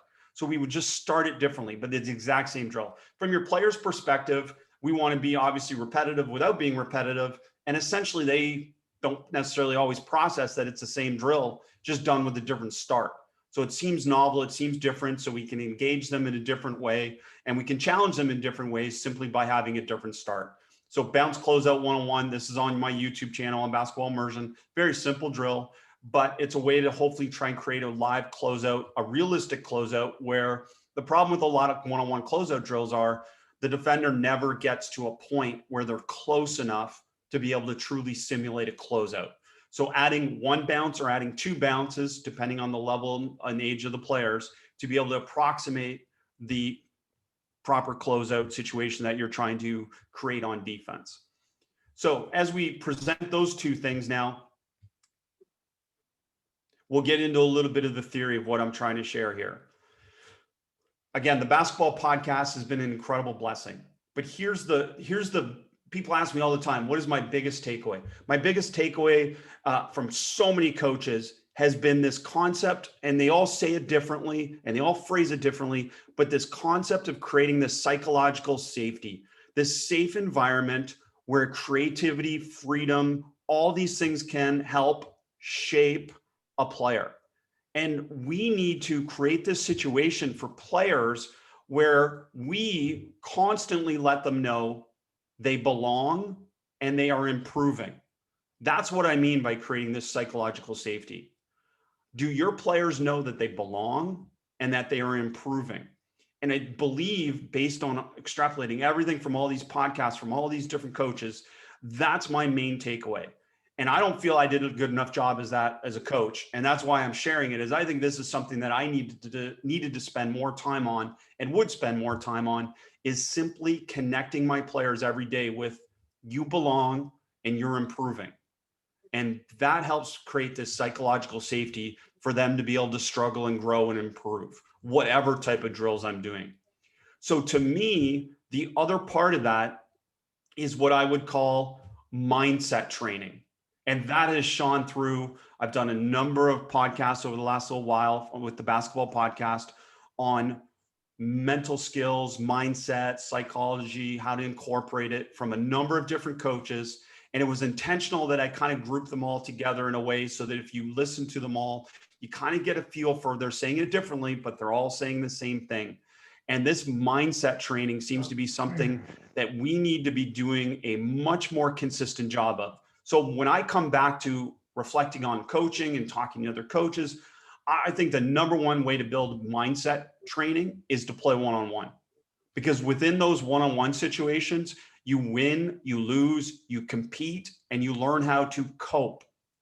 And these coping strategies are arguably the most important part of mindset training. I used to do it. My players got in the gym. The first thing they did after they got in the gym is they go to a rim and they do form shooting. They do some type of routines. My last year coaching, and this is another regret, and I wish I had done this earlier, especially with younger teams. And when I coach younger teams again, we'll do this. The first thing they do when they get in the gym is they're going to find someone and play one-on-one. And they're going to play some unstructured one-on-one. So this is that, pre-practice, that time before you officially start practice. And it's like, let's get right to these unstructured one-on-ones. Now, we could have it on the board every day, or we could have a different type of one-on-one, a different type of constraint. But I'm trying to build mindset in my players. And I think about an unskilled player. I reflect, my daughters are 7 and 9, and I reflect on just what they've gone through and trying to learn basketball. And look, the skill stuff, they'll learn. The mindset stuff, wow. The mindset stuff is what can really separate them. And I see the difference in the two of them between one that's getting it a little faster and one's that getting it a little bit slower. And it's such a difference. And I believe at a young age, if we start to develop this mindset training through one-on-one, that we can make a huge difference, not just in basketball, but in their lives. Because we would all agree that resiliency, dealing with failure, dealing with mistakes, dealing with losing, learning how to compete, all those things apply to so many parts of life. Now, there is this contradiction between teaching and competing, and I'm not getting into that right now. We'll talk about that a little bit later. My initial thing here is with the one-on-one in these unstructured moments is let's just compete and let's just figure out how you can win, how you can figure out how to win. And if you lose, how to cope with that. Or if you struggle, how to cope with that. And these coping strategies that go with it. So to me, that comes back to create a safe environment, shape the skills, support the skills when used. Notice progress is often how I refer to that. And I'm going to give you some examples as we get into this. Now, this is, for me, what I'm trying to do for you is to be able to say, what are the offensive considerations? Now, the same thing would apply in a different way for defense. So don't feel that I'm not talking about defense, because the other beautiful thing about offense versus defense is that you're shaping both at the same time. And again, so many coaches have come on the podcast in different ways and talked about how all trainers essentially only work on offense. Well, they're smart. I don't blame them. I wouldn't work on defense. And in the offseason, I never worked on defense because I had to come to an agreement with my players that they were going to come in the gym and train and get some enjoyment out of training. So if I bring them in the gym in the offseason, or if I'm their trainer who's trying to get paid, it's a financial agreement that I'm getting paid to work them out, then I want them to be happy and keep paying me. So I'm not going to have them work on defense. It just makes sense. So instead, what I'm going to do, and the trade-off is, hey, listen, how about if I play a lot of one-on-one? Unintentionally, I am having them work on defense. And I could cue them with defensive questions and all these different things, which I'll give you some examples of here in a little bit. But to me, most of the conversation would be shaped by talking about offense and then manipulating it basically in terms of constraints and different things that so many coaches, Mike McKay obviously talks about in terms of defensive constraints to be able to help shape learning, but these things come into play. So that's why it says offense, even though we're working on both. So the skills part is shoot, dribble, pass, finishing, decision, shoot, drive, counter, shoot. I'll show you. And then the +1 to me is, well, one-on-one +1 means there's some other person there. It could be a training prop as well, but better if it's a person, a coach, a teammate, whatever it is, that can add another variable to make it more game-like and to be able to incorporate some of your offensive team concepts into it. And another way to look at how you build your offensive drills is to work backwards from what you do within your team and go, well, where do my players score? Where do they score? Well, inevitably one-on-one, however you create one-on-one advantages or advantages, that's where you should work backwards, and those should be your one-on-one drills. And we can talk about that a little bit more as we get into some of the examples. But to me, what is fun is getting better. Players, if you ask any player, it's not frivolous. Yes, there's some frivolous fun to basketball, but by and large, I would say, in having worked with thousands and thousands of kids through youth summer camps over 20 years, the number one thing they value is someone who challenges them to be better. And they feel like they're getting better, and they're getting better. And then I notice them getting better. And if there's 80 kids at a camp and I can walk around at some point over 3 days and mention to every kid something that they got better at, to me, that's the gold. That's the number one thing that I can impact a player, is to say, hey, listen, I noticed you weren't good at this. And I'll phrase it exactly that way. You weren't good at this before, and now you're better. I'm not saying you're great. I'm not saying you're perfect, but it's noticing progress. It's noticing improvement. And I can really help that process better in these one-on-one situations than obviously I can in these one-on-0 situations. Playing basketball, they love to play, and then competing. Kids love to compete. They really do. Despite what we think as adults and how we manage it, that's a different issue, but kids love to compete. So we want to put them in competitive situations. All right, so let's get beyond that and let's get to all of this in terms of examples. Ball drop one-on-one, blind one-on-one, both versions, different starts to it are on Basketball Immersion. Ball drop one-on-one is on Basketball Immersion's YouTube. Essentially, the offensive player starts with the ball in the back. As soon as they take it off the defender's back, it's live. The advantages to the offense: a good defender will learn how to cheat in a good way. A good defender will learn how to try and find an advantage. They'll try and go a little early. They'll try and anticipate where the offensive player will go. All those things are part of this mindset training, which we're building.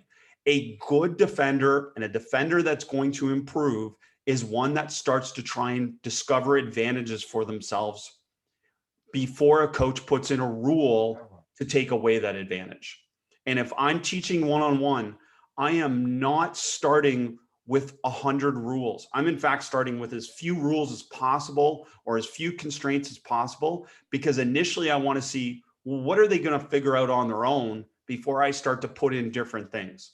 So if I see this defender start to cheat and always jump to one side, then obviously I have to cue the offense player to say, hey, listen, you're only going one way. Like, we're not going to put in a constraint that says you got to go necessarily the other way, because then the defender knows where you're going to go. But we are going to shape your learning by getting you to understand that, look, the defenders figured you out. The defenders figured out your advantage. They figured out your tendency, and that's a really good defender. And we're going to notice that. We're going to point that out.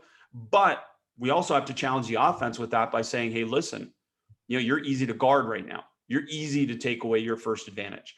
This is something that we can shape within one-on-one in a very obvious way if we're starting to use these questions and build these constraints and shaping learning. So ball drop one-on-one. We can get into a bunch of things. We're working on the attack angle. We're working on getting the ball to the floor, first step, whatever you call it. We're working on finishing with an advantage, hopefully. We're potentially working on counter if the defender reads properly or guesses properly. There's all these different variables. This is the one thing. This player right now is dead. They took 2 dribbles, and I know that wasn't the rule, but they took 2 dribbles and picked up the ball.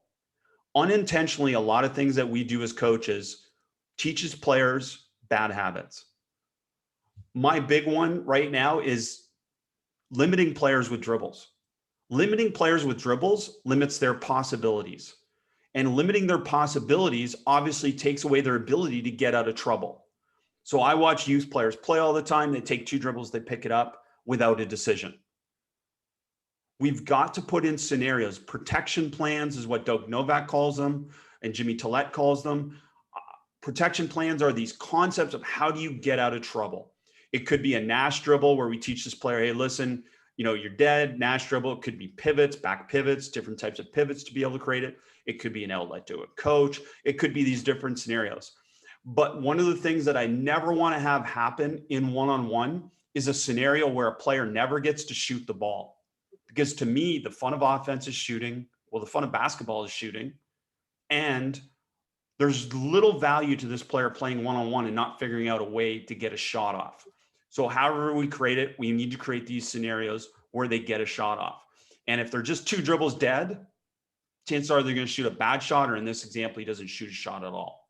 So we try and avoid dribble limits, and we try and talk about direction limits, meaning you cannot take 2 dribbles in a direction not towards the rim. So if you take a dribble and you're not going towards the rim, you got to either try and leverage advantage on your second dribble, meaning getting it towards the rim, what we call shoulder to chest advantage, or you try and counter, and different types of counters, or depending on if you've introduced them or if you've allowed them yet, protection plans. That could be that you try and get Nash and you get to the other side of the rim. You try and use some type of pullback, some type of step back, whatever that may be, but we want to create advantage. Player never shot. So here's where we're coming back to. You watch those one-on-ones right now, we go shape learning. Okay, what's learning? Learning is a permanent change in behavior. Learning is not a one-time thing. We all know that. Like, if they do it once and we go, hey, great job, you can do it now. Well, no, they can't unless they can repeat it. And ideally, and most obviously, if they can repeat it in the game, and they can repeat it over and over again in the game. So what we're really trying to stimulate with one-on-one and any drills that you use is what's called retrieval practice. We're trying to get them to retrieve things that have happened, past experience, different types of experiences they've had in basketball or movement or different things like that, and say, okay, how do I apply that? Okay, and retrieve that from my brain and say, now I can apply it. Retrieval practice leads to retention, and retention is ultimately, can they do it in a game? In a basketball setting? Can they do it when the test is, live? Can they do it in a game or test if you do it in practice? So to me, it's like these variables here, is how I'm going to shape learning in one-on-one. Practice design. Before I get to practice, learning is taken care of because I've designed the practice according to ways that I know they'll learn. In this example, one-on-one with the constraints, I have an idea of all these different things, block, serial, random, et cetera, but we'll get to those in a second. Coaching interventions. Learning doesn't happen without coaching interventions. I am not a ecological approach coach in the sense that, look, if I just put my daughter out there and she plays one-on-one against my other daughter, she's going to learn everything she needs to learn. She can learn a lot if they're conscious and if they want to learn a lot, but they need my coaching interventions to be able to stimulate their thinking. And that's where questions come into play. Use of questions. What questions can I ask before I give them the answers that stimulate their thinking? Even if they never come up with the answer, I want to engage them in thinking. And I just have been to too many practices and too many training sessions. I had a great chance to watch an NBA player workout recently. The whole workout was essentially block practice of rep after rep with no coaching interventions.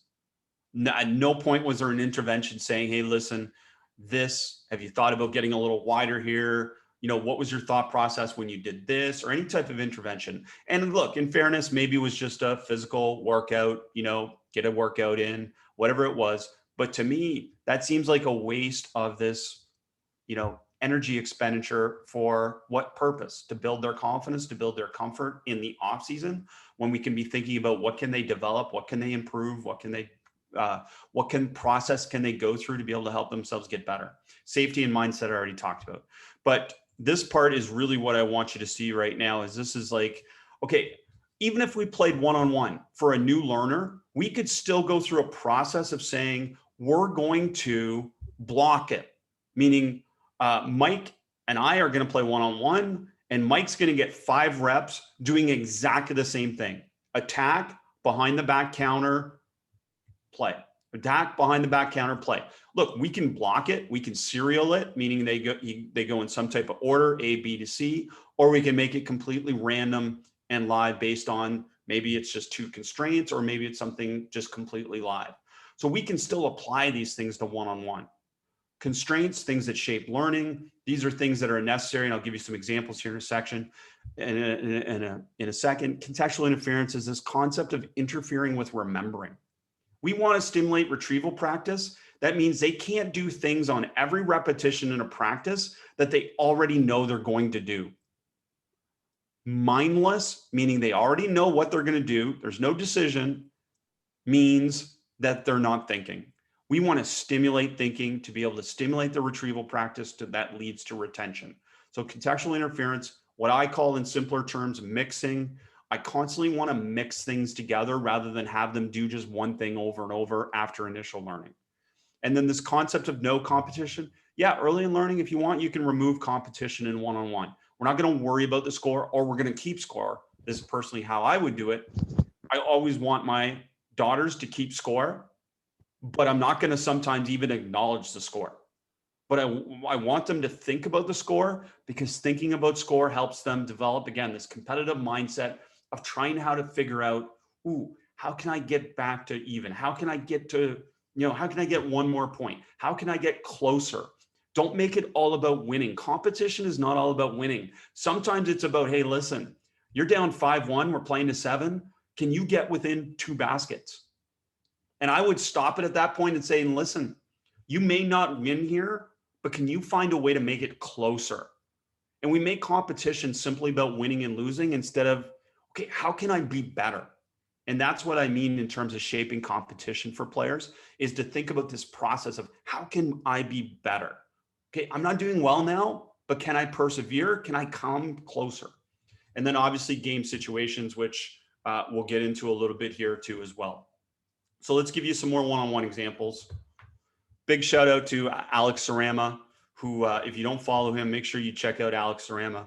He's doing incredible work with Basketball Immersion and throughout the world right now. But I don't currently have a team because I'm in America and we're not allowed to coach really. So he's allowed to work with players. So I was able to send him a template and he was able to put together some things for this. But this one was weak hand constraint. So weak hand constraint is an example of saying, okay, we're going to play ball drop one-on-one normal, And now how do I shape their development? Okay, well, I know some of my players, and it does, by the way, constraint doesn't have to apply to every player. And early on, we would do that. We would just go into practice and say, listen, we can constraint in this drill for everyone. But as we build, we'll go, okay, listen, number 3, number 41, we can constraint for you today. It doesn't have to apply to everyone because everyone needs to develop differently. And there's a specificity of learning that is not just the weight room, it also applies to the basketball court. So to me, it's like we can't constrain is, it could be, look, you can only score at the rim with a weak hand. Somehow, could be 2 feet, could be one hand, could be, off of 1 foot, but you're only allowed to score with your weak hand. Or it could be, you can only go to your weak hand on your first dribble. If you beat them, great, keep going, leverage advantage. If not, then you got to learn how to counter from weak to strong. And if we're talking about shaping skill development, we're talking about shaping things in a realistic way, then we're giving them game context. Look, you go to your weak hand and you beat them, keep going. And if not, counter. This attack and counter type of mentality. So the same drill, ball drop one-on-one, we just add that constraint. And I'm going quickly with some of these, but the idea is that you get an idea of some of these different ways that we could just play one-on-one from the base on up and build skill. Skill equals biomechanics and obviously decisions. So no backboard finish. So now you're getting to the rim and you got to find a way to be able to score, but you can't touch the backboard. That would be an example of a constraint that's shaping finishing at the rim. We know they're going to have an advantage. At some point during this drill, we're going to have an advantage for the offense. Once they get good at getting the ball down and leveraging advantage, they're going to have an advantage. So now we got to create some desirable difficulty to be able to improve. So it's not just, okay, automatically 1 foot layup, 1 foot layup. No, we got to find a way to be able to shape something. Maybe they've got to change sides of the floor after they beat their check. There's so many different things that you can mess around with to be able to develop what you want to develop. And you need to think about it, not just in terms of the offense, but in terms of the defender too. So no backboard finish now, which obviously wouldn't have counted. And then some type of variable here, which I'll get into, is now we start at half court. So think about any one-on-one drill you do in the half court at the 3-point line, you can do in the half court at the center line. You can do it in different locations. Every day we'd want to play from different locations or within the same. We just tell our players generally, you can't play one-on-one from the same spot. When it comes back to your turn, you got to be in a different spot. So we create randomness and variability. But some days you want to say, hey, listen, we're only working from dead corner. Then that's it. You can block it or you can serial it and say from corner to 45 to top.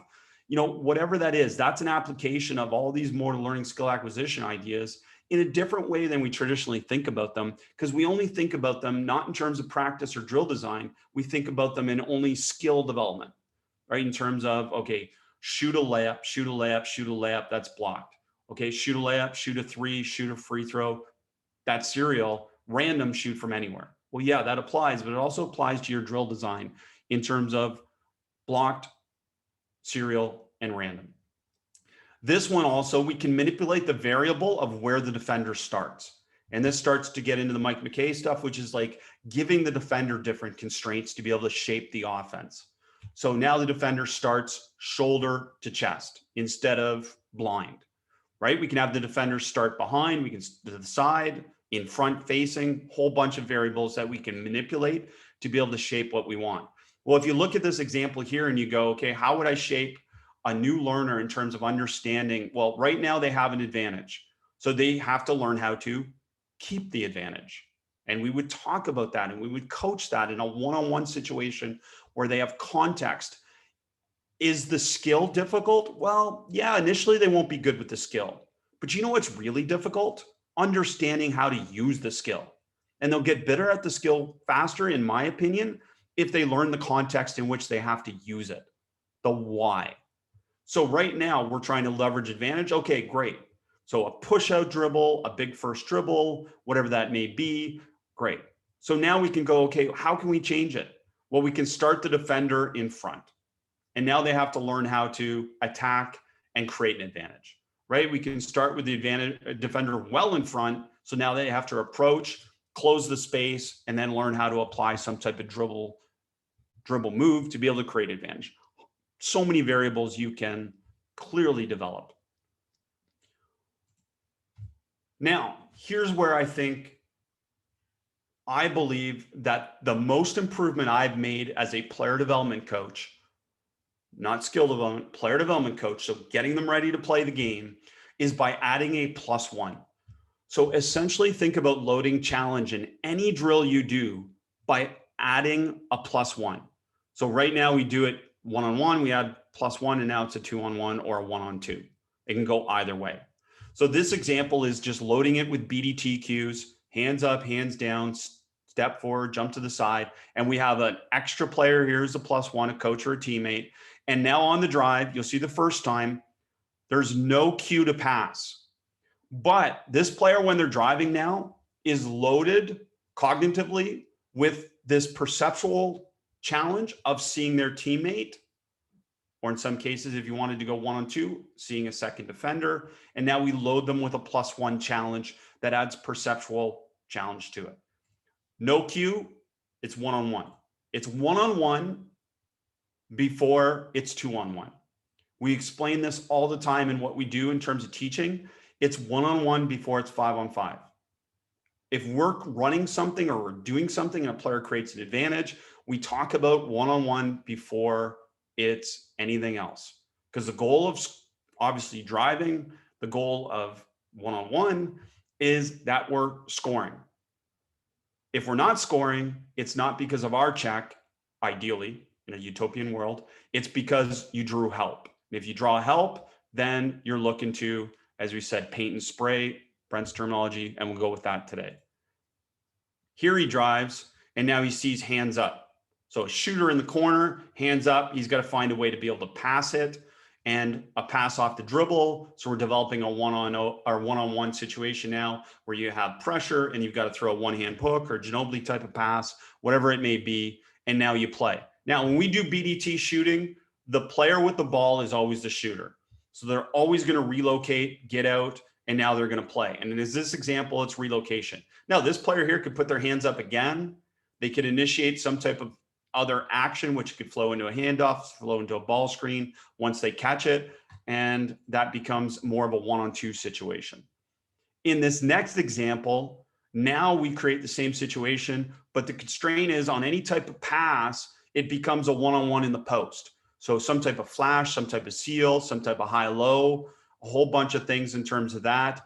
This player's stationary right now, but obviously you could have them on relocation cuts as well. So you could start them somewhere on the 45 or somewhere. You could have them second cut. You could have them relocate cut. Whatever your team concepts you can build and you can incorporate. But right now he's reading at the last possible moment. He sees hands. So he's passing it. And now he's into a flash. Now it's the seal, a flash. And now we're working on a few things. Well, what could I have coached there? I could have coached, hey, listen, chest level pass may not be the most successful pass in a game. What are some other options? He's got a big advantage. Should we make him bigger or should we make him smaller? And you can stop, you can coach, and you can use coaching interventions. And I just feel, again, in individual workouts, we tend not to see as many interventions because we don't see as many perceptions and decisions. And I can keep going, but I'll just give you a quick example. I was fortunate to be part of an NBA staff's film study or film review during the pandemic. The coach came on and they actually brought on a player, and it was a two-way player. They brought on a two-way player, and as a staff, they went through video of them playing. They had 10 clips, and they went through it with the player. And they were trying to talk and get my feedback and some other coaches' feedback on how they were presenting information to a player. In all 10 clips, every single time they talked to the player about something they could do better, every single one of those 10 clips referenced decisions over skills. There wasn't one time that they said, hey, listen, you should have had your foot pointed in this direction and you should have been wider and you should have used this layup. No, every time it was about the decision. Well, should you have shot the layup or should you have sprayed it to a teammate? To me, that means, hey, the importance of everything that we're trying to do as coaches is to get them to the point of, are they making the right decision? Do we care as much about the technique as long as they're making the right decision? And that would be the argument in terms of one-on-one and building some of these things. Last thing, how do you build it? Well, we would do a ton of, our player development workouts would be 2-on-1. A lot of times, this could be a coach, this could be a player, but right now, quicks, or what a lot of people call gets, enter any spot. And we called quicks random pinch post anywhere on the floor. And now it would be a situation where, again, it's one-on-one, off the ball. Are you going to create an advantage? So you're learning how to create an off the ball advantage, getting to the ball, hopefully arriving without your defender, and then making a decision. The constraint was you couldn't score in the paint. So on the catch right now, the player arrives, gets the ball, creates an advantage, and now they have to find some way to be able to create a score or a shot in a one-on-one situation without getting paint. And that would be a mindset of kind of building this one-on-one into a game situation and connecting things from there. This example, obviously, defender goes under. Again, shape it. If we were doing this, we would give the defender the constraint and saying, listen, you can either go over or you can go under. But whichever path you go, you have to continue on that path.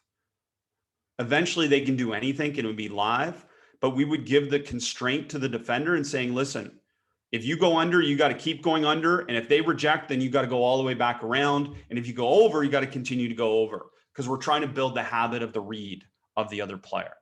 So that's where we're getting to in terms of this. And they play cat and mouse and they can't score at the rim. So working on those things in terms of that. For me, what I want to challenge people to do is to be able to think just a little bit more about saying, what is skill? What do I really want to shape within what I'm doing? And how can I do that and still build mindset? Because look, yeah, I get it. Like shooting 500 shots a day, that is a mindset. And I'm not even saying that's unnecessary. What I feel for a lot of the on-air stuff is that should be player-led. Because again, I don't know how many of you had a chance to watch NBA coaches work out players. By and large, they are rebounders. They do a lot of rebounding and a lot of passing. And I'm not saying that shouldn't be their job, but I'm saying the value of us as coaches is that we can provide coaching interventions that can help a player improve. And if we're just rebounding, we're probably not adding as much value to the workout as we possibly can. So how can we add more value? We have them play one-on-one, and we use coaching interventions, constraints, practice design, mindset training, all these different things to be able to help shape their development and their learning. Thank you for taking the time and listening. On Twitter at @bball Immersion, my DMs are open, so I'd love to hear any feedback, or if you want to have a conversation at @bball Immersion as well on Twitter, feel free, hit me up. I'll respond. I respond to everyone, including Mike, who graciously asked me to be able to present. So thank you for the opportunity, and thank you for letting me share the game. No, perfect, Coach. Thank you very much. We got I got two questions for you in the chat, if you would mind answering them. So one, I think that's a question you will get a lot, and I'm curious to hear your answer on it. So Coach Thomas messaged in the chat, so how much of a 2-hour 7th and 8th grade practice with 2 coaches and 25 kids, who many of which have little experience, do you feel should be blocked? Do you think everything should be done with a defender, but just adjusting the advantage to guarantee a shot with the weaker players? You know, the only limitation is your comfort as a coach. Like, I really feel that. Like, that's the hard thing. Look, I'm a theorist right now. So I'm just throwing theory at you. Like, in theory, this is how I would do it. The reality is, as I'm there watching my players struggle, I would have to do things to still bring them comfort and confidence. But what I've always argued is drills should be reconnections. Drills shouldn't be starting points. So I would put them in a one-on-one situation and say that example where that player went dead. Okay, now they don't know how to get out of trouble. They don't know how to do it. Okay, then I can block these opportunities or these possibilities for them to get out of trouble. And we could block that. We could literally stop the drill and say, okay, now let's teach some protection plans. And then we get right back into the one-on-one. The thing is, I think too often we start from the on-air and the blocked rather than from the game that gives them the context. And then we can always reconnect them, meaning we can always go to a drill to connect them later. So don't teach pivoting first. Teach them 3-on-3 dead. 3-on-3 dead. You're dead. Now figure out how to get out of trouble. Okay, they struggle for a little bit. Now we can go to a drill, jump stop, pivot, pass back, teach them a few pivots, teach them a few possibilities. So they have something to go to, but then get back into the 3-on-3 dead, because ultimately that's the situation in the context. So it really comes back to your comfort as a coach. I would like to see us spend less time in that situation in on air and more time in these one-on-one, these small-sided games, these things that get them more contextual reps. Because think about limited practice time as well. Look, if you've only got them once a week and you're playing games at some point, you're doing them a real disservice if you're just doing on-air stuff, because none of that's going to help them in the game. So I would do more things that, hey, okay, well, what affects a 7th, 8th grade player? What affects a 12, 13-year-old player? Well, obviously pressure on defense. So let's teach them how to get out of trouble when they're pressured. Let's teach them how to attack and get to the basket because shooting isn't as good. So let's teach them how to get to the rim. Like the solution-based coaching is really the way I would approach it. So work from the point of saying, okay, here's what we really struggle with, and now work on the solutions to that. And that'll help players have a better experience and hopefully help your team improve. Yeah. So I got one more question as well, and we got one in the chat. As a Canadian, I see fellow Canadian Mike McKay is also in the chat. In the Netherlands, we do a trainer scores, or I'm following a trainer scores, and they're very big on the LTAD model, so the long-term athlete development model, built partly in Canada as well. And yeah, me knowing Alex, and then last week he did a great presentation for a German part on Facebook talking about CLA, constraints-led approach. How would you see those two connect with each other, or you see them totally separate with each other?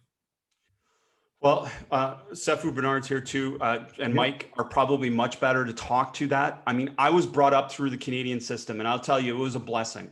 Like, I am who I am as a coach because I came up through a Canadian system that valued evidence-based ideas and coaching development in a structured, organized system.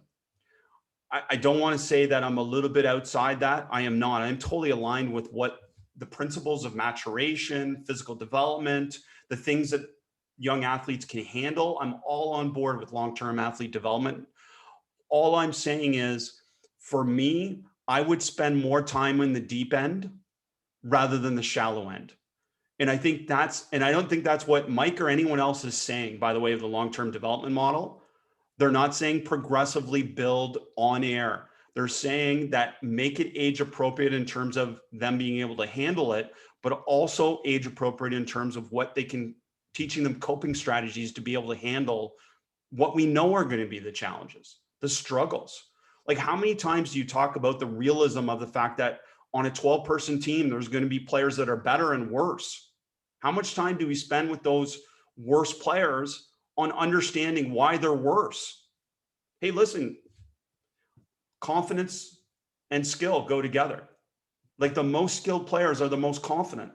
And I would spend so much time in that younger age group connecting those things together and saying, hey, listen, like, you think you're not skilled, that's fine, but you're also not confident because of that. So you want to get more confident, get more skilled. So what are you doing on your own in terms of player-led development to get more confident? Because you know what? Mike's more confident because he's more skilled. So those type of things in terms of mindset, I think, are such important takeaways.